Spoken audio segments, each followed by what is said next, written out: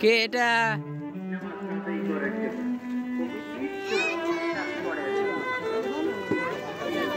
সারাদিন কাজ করার পর বুঝলাম মসজিদের নবীতে আমার নবী আপনাদের নবী রাহমাতুল আলামিন পড়বেন লাইলাতুল কদরের কারণে আল্লাহ রাব্বুল আলামিন নবজাত শিশুর ন্যায় বান্দার গুনাহগুলি ক্ষমা করে দেন। আমরা তো সবাই নিষ্পাপ হতে চাই।